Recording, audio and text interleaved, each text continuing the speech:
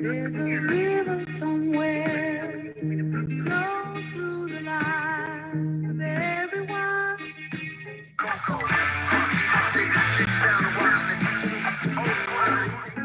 All that's broken on the riverside.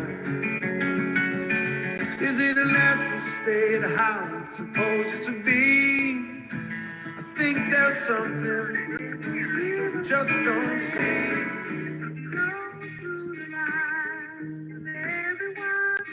But here we are. This is We Act Radio, broadcasting from historic Anacostia, Washington, D.C., or from my dining table, depending on your perspective. And this is the Community Through COVID show. I am Virginia Avniel Spatz, host of the program. And we're here this morning with Sunny Sumter, who's joining us by audio. She's executive director of DC Jazz Festival and a vocalist and arts educator herself. DC Jazz Festival was established in 2004 to present jazz-related cultural and educational programs in the nation's capital. And the annual festival is usually held in June, but this year it was a little different due to the pandemic, and maybe we'll talk about that later. They also have an annual or year-round education program. In addition, we're joined today by Princess Moon, who is a choreographer, producer, educator, and scholar, and founder and CEO of Princess Moon Dance Institute, dedicated to art and culture that will educate, unite, transform, and heal our community through the power of dance. And that institute is about to celebrate its 10th anniversary. So we'll talk about that as the program progresses. And we are live on We Act Radio. We are live on Facebook. So I'm going to ask Sunny Sumter first to just introduce herself and say a little bit about her own work and the DC Jazz Festival. Sunny?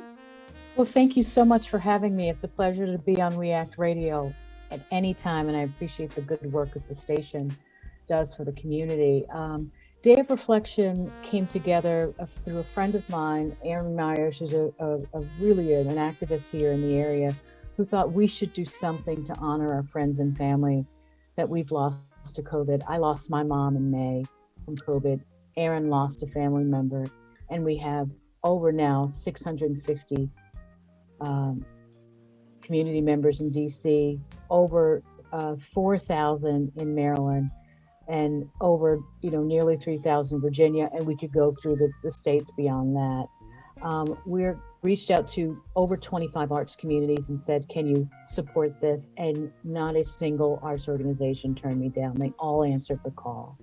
So on Monday, November the 23rd, we will have a 2-hour program that will broadcast live on Facebook.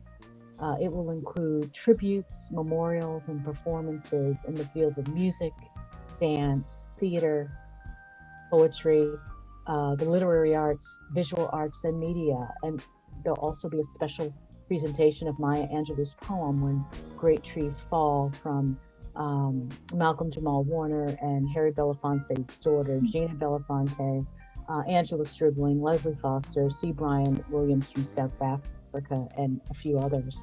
The wonderful opportunity that we'll have to have some amazing performances, which includes one that was presented by the Princess Moon Dance Project.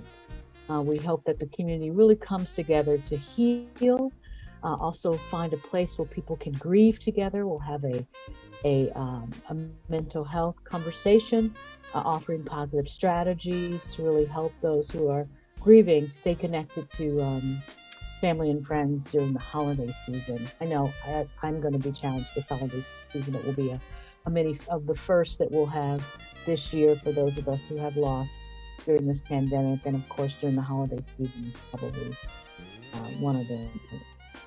Thank you so much. And my condolences on your loss.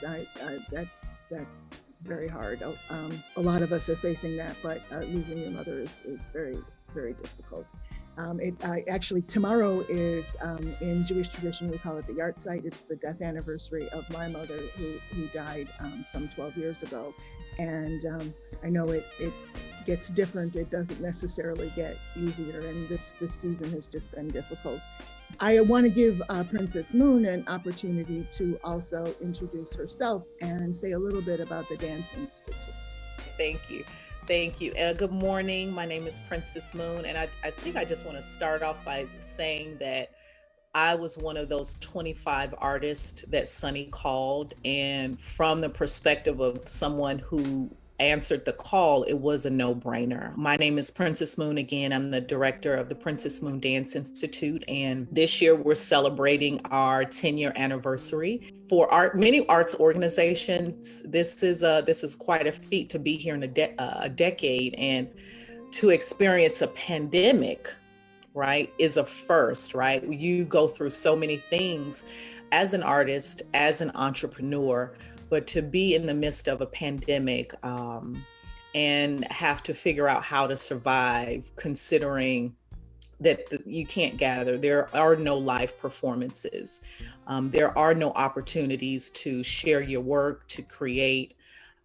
Yes, it was a no-brainer when Sunny called me. You jump on the opportunity to share the message, and you jump on the opportunity to have a voice during this time. I'm a choreographer, director, and that list is long because we all wear many hats. When you're an artist, you're an artist, then you learn how to write a grant, and then you learn and then you go back to get your master's. And so at the core, I'm an artist and I'm an entrepreneur, and I'm happy to be a part of this conversation. Wonderful. Thank you so much. And one of the things that I wanted to make sure we touch on before Ms. Sumter has to leave the call is the nature of jazz and improvisation. And, of course, there is dance improvisation, but I think jazz in particular, it's very difficult when you can't have a live audience. So I wonder if you could just say a little bit about how jazz has been affected by COVID-19. Thank you for asking that question. Oh my goodness, all the industries, the arts sector has been impacted tremendously from the pandemic. I mean, and it was literally overnight. So working artists who toured around the world or collected their paycheck every week from doing residencies and theater and concerts and jazz, every week, overnight, it all dissipated, went to nothing. And so we were at ground zero. When we made the call early to not do the jazz festival, because we knew just through following the news that we wouldn't be able to have a mass gathering in June. So in that spirit, we checked in. We were very attentive to what was happening with our artists. And we made the call to do something called Live from Our Living Rooms in June. And we did the DC version. It started in New York. And we raised over $25,000 and was able to give checks directly to artists. They didn't have to do anything for it, but simply fill out a 2-minute application and we just made sure that who they said they were. And within 3 weeks, they got a check in the mail. Some of them could not get stimulus money. They didn't know how their ends were going to meet, and so we were happy to help in some small way. The other piece around the September festival, we could have canceled like so many others, or we could have used virtual content. But for the jazz world, where we knew that jazz artists wanted to perform, there's nothing like the live experience. We can all say that as artists, but just being able to have a platform to do what you love, to do what you do every day, we thought it was essential. So we did a broadcast live of original content in September, and we wrote checks to over 60 musicians. And we felt very filled to be able to do that, and the response was incredible. So, it doesn't stop now. Here we are, and at this time, and there's still no place for our musicians to play. Saving Our Stages is a real bill that we're trying to get passed that will support our jazz artists, our jazz venues, our music venues on a regional level, but also on a national level. And because Congress has not really stepped up yet, the bill's there waiting for them to pass. And on a local level, the bill is there waiting for the city to pass.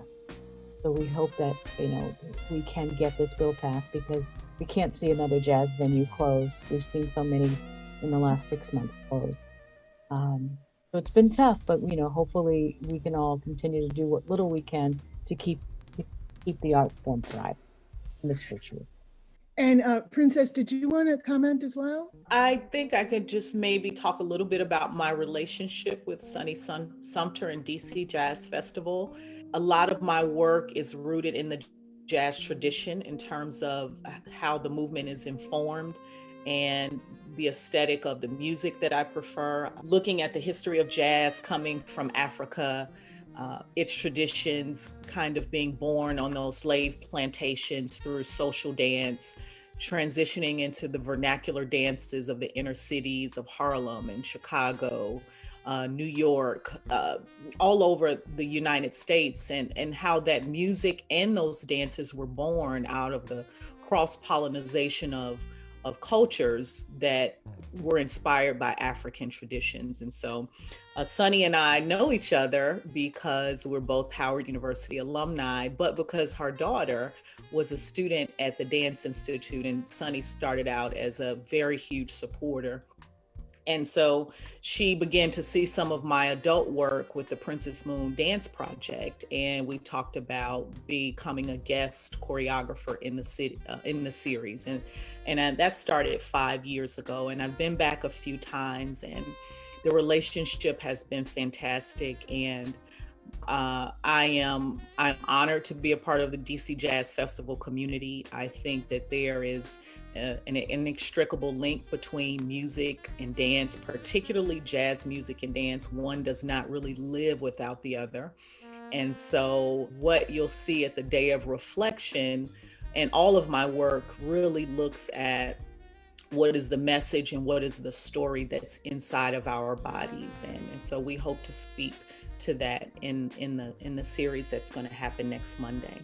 And Sunny, I wanted to ask you about the format of the program that we'll see on Monday. I understand that it's in some ways it's recorded and in some ways it's live. Is that partly because of the jazz flavor, or is what? Just talk a little bit about why you chose that hybrid format. So in order to be able to fit 25 organizations into a 2-hour program, we really needed to have submissions from the arts organizations. We asked for as much original content as possible.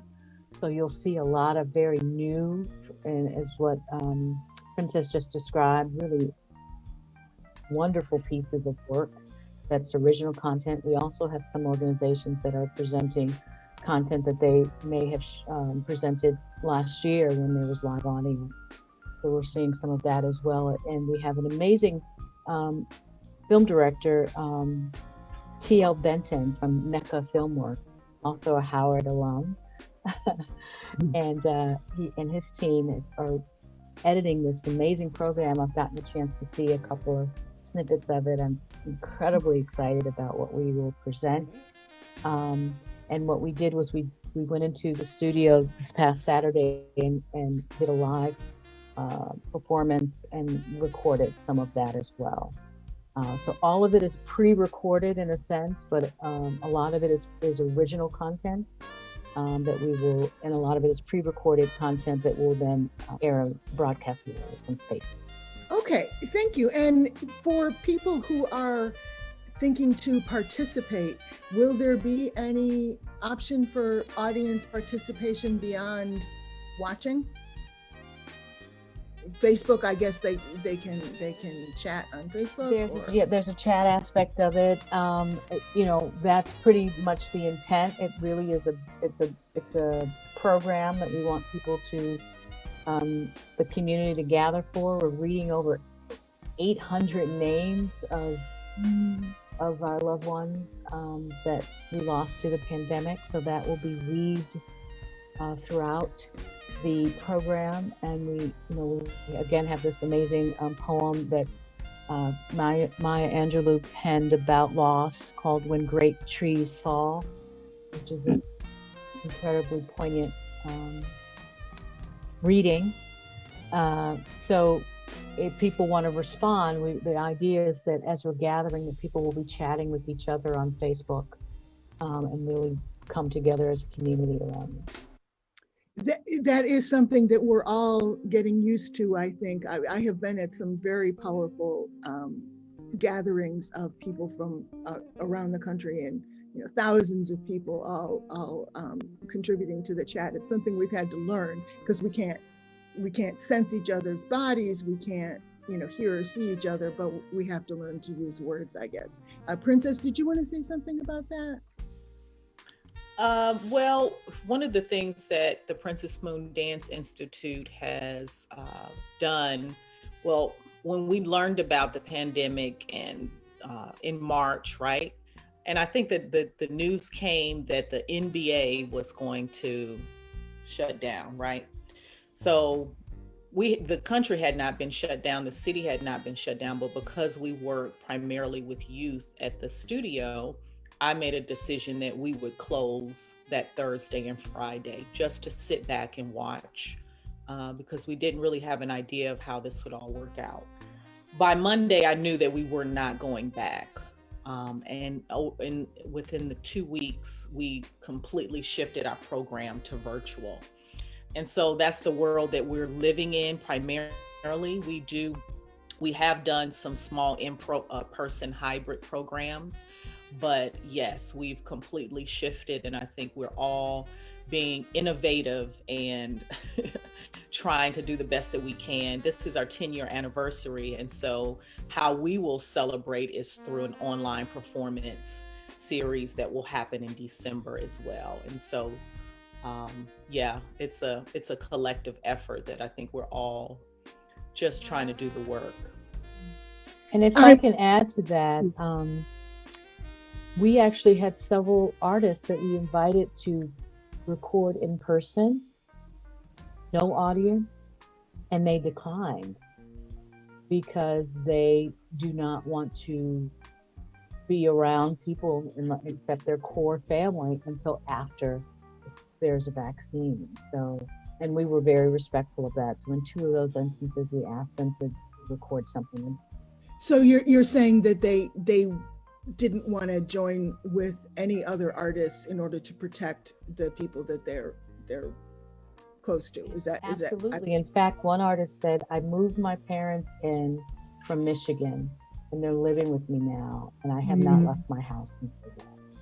I'm sorry, I would love to be there, but I simply."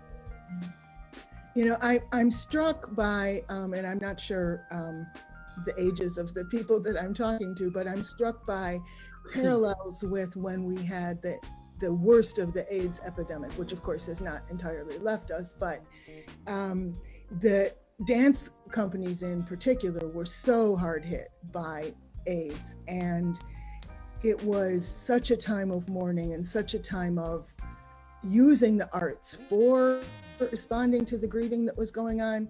And early on, people were terrified of touching other people and being around people.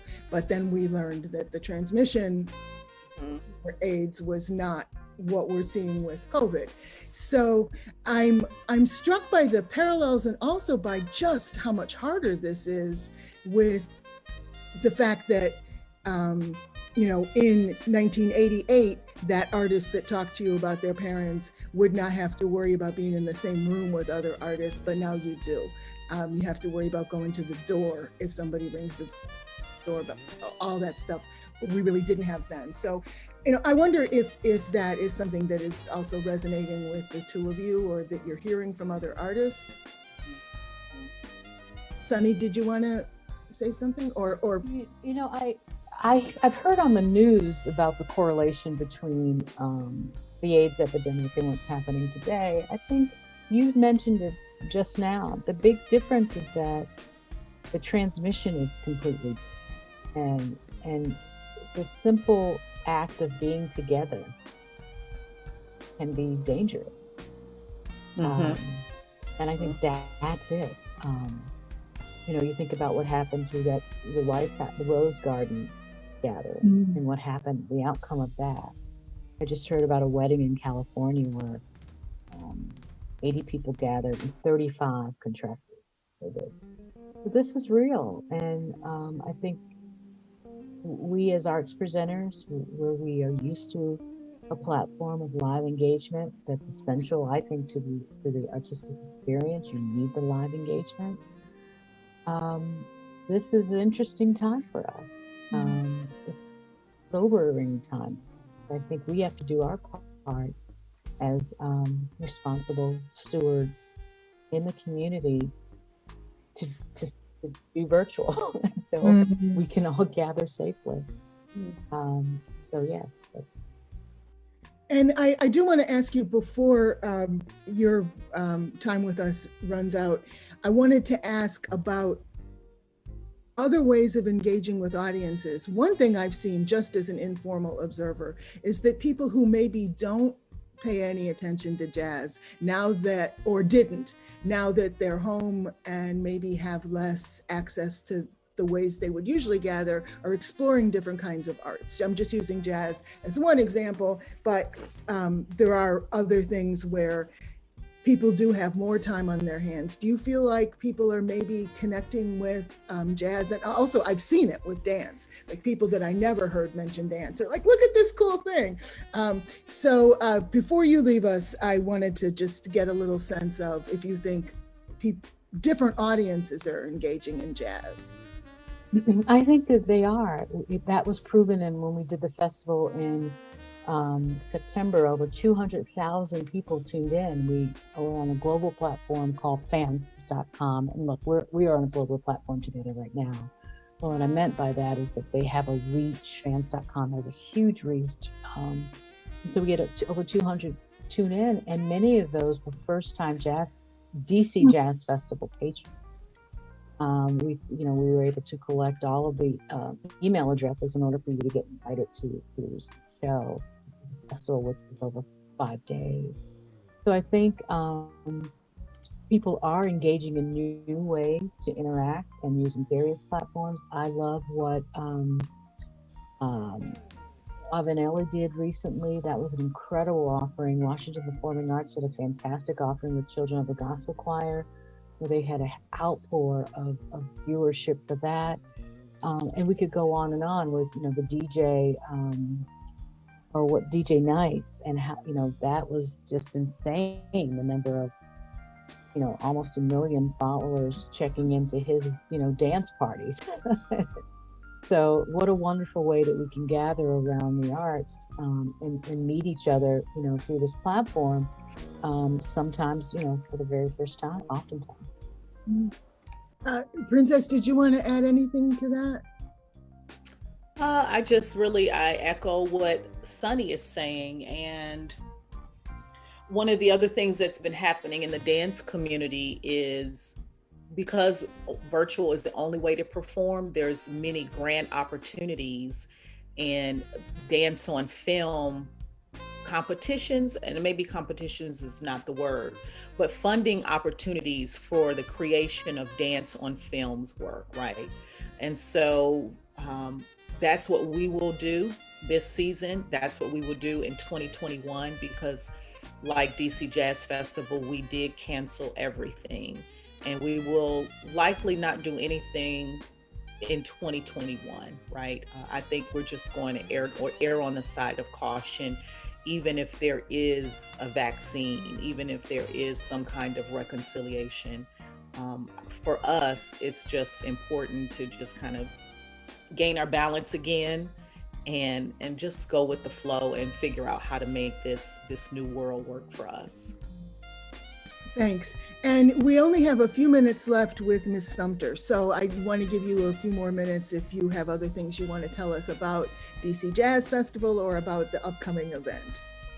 Well, I think it is important to acknowledge my team that has, since we got the news in March, has really worked tirelessly from their homes to make our activities, our education programs, DCPS move forward. A lot of virtual content we produce for DC public and charter schools.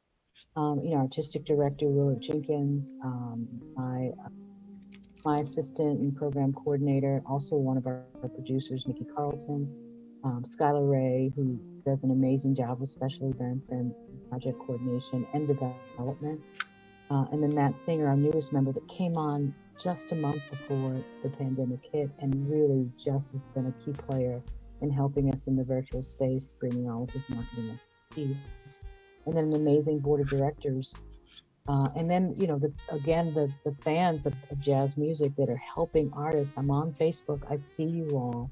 I hear you all giving what you can, 10, 25, 50, when our musicians are online and trying to sustain themselves. I see you, and I'm grateful. And if I can dare speak for the jazz community, thank you for giving, because they really do need it. They lost, a lot of their wages. There are no restaurants that are doing live music now. All the clubs are closed. There are no tours. So just want to thank everybody for doing what they can to support the artists, and for my world to support jazz. Well, thank you very much. I'm so glad that you were able to join us. I'm sorry for the rocky start there. We have been listening to Sunny Sumter from the DC Jazz Festival. She's executive director of that festival and has been organizing a program for November the 23rd, this coming Monday. We're going to hear a little bit more about that, and also about one of the participants in the second half of the show. But right now, I want to again thank Sunny Sumter for joining us, especially, in this busy time trying to get ready for that program and for so many other things. And We Act Radio is proud to be a media sponsor of that event. And so we'll see you all Monday. Thank you, Sunny Sumter. And my condolences again on the loss of your mother. And I am so glad to have these ways for collective grieving, because I think that so many of us are in kind of shutdown, that without that, we would just coast on, and that's not good. So thank you so much. And listeners, stick around. We're going to hear a little bit more about AIDS in this time of AIDS. Sorry, it's on my mind. We're going to hear more about dance and COVID-19 and teaching arts in this specific time of COVID-19. You are listening to We Act Radio, broadcasting from historic Anacostia in Washington, D.C.